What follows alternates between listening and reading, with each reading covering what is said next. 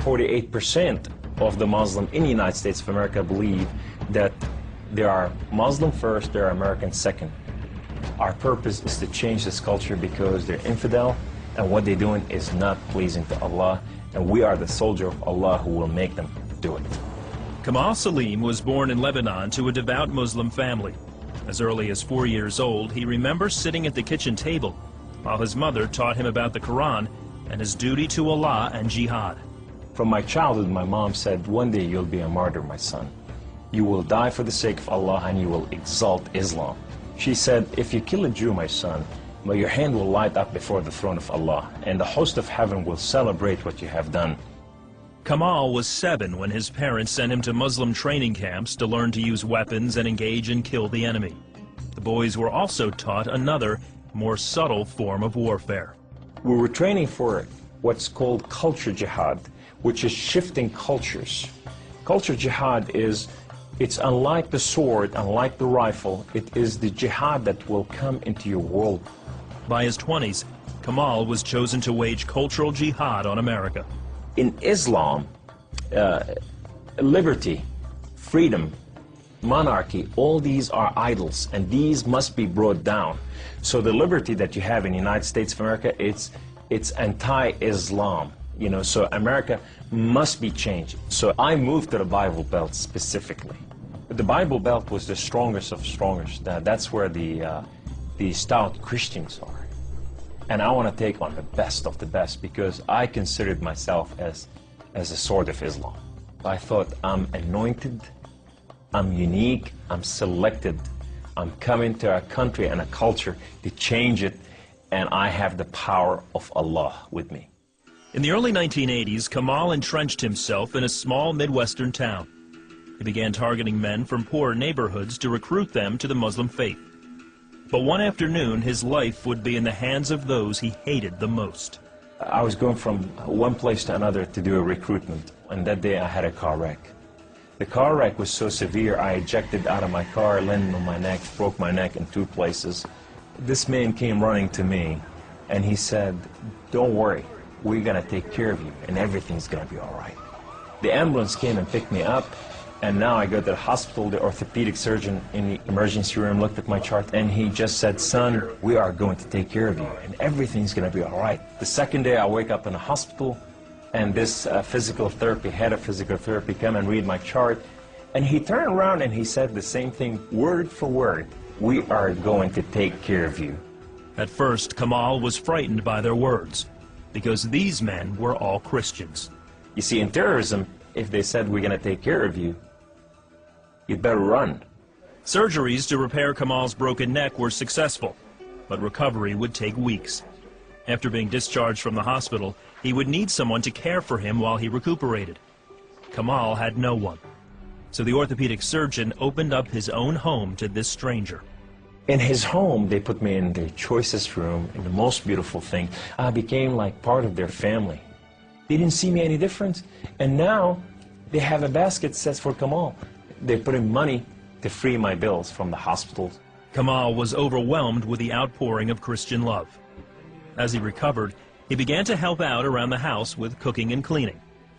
They have Jewish friends, they came from Israel, that they support, you know, and now I'm hugging Israelis and I'm cooking for Jews.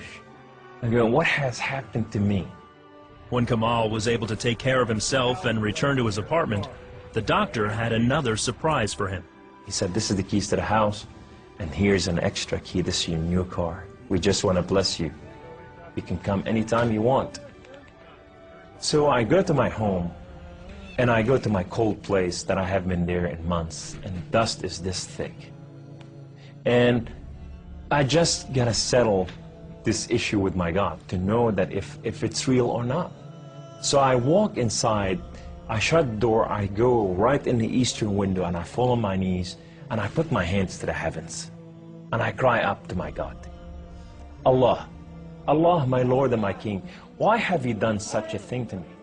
I'm okay with the car wreck. I'm okay with all this, but why did you put me among Christians? I'm confused. These Christians and Jews, they're good people. There's nothing wrong with them. They don't want to kill us. They're not the same thing that I learned about them. Allah, these people have relationship with their God. These people, they cry out to the God and they answer them.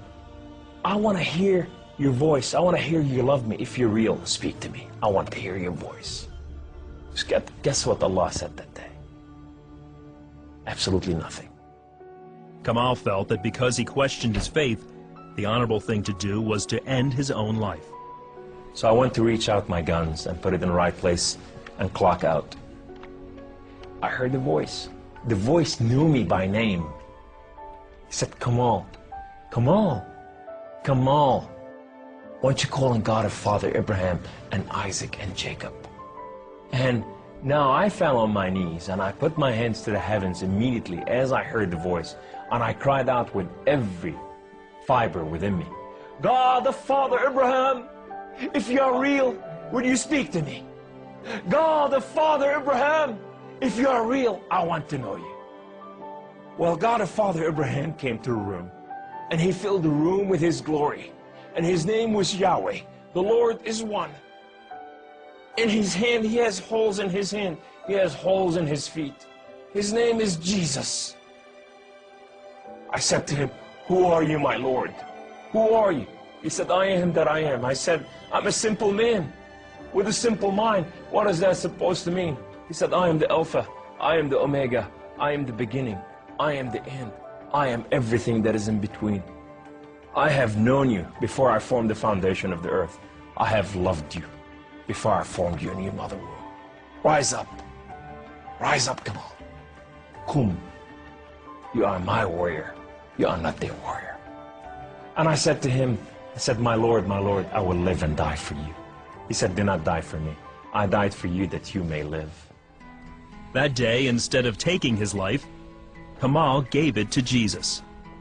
He now has a new mission and travels the country challenging Muslims to question their allegiance to Allah. My heart desire is to reach out for my brothers and sisters, the Muslim out there, 1.5 billion Muslim, that they are living out there and they have not tasted the freedom, and that freedom in God. It's been over 20 years since Kamal left the Islamic faith, and even threats of violence and death cannot stop him from sharing his story. He is real. You know, and if you never experienced God before in your life, if you never tasted God, and if you think you got nothing to lose, when you're sitting in your home, whether you're a Muslim or a non-Muslim or a non-Christian or whatever you are, say, call on God of Father Abraham and Isaac and Jacob, and you say, if you are real, speak to me, I want to hear your voice.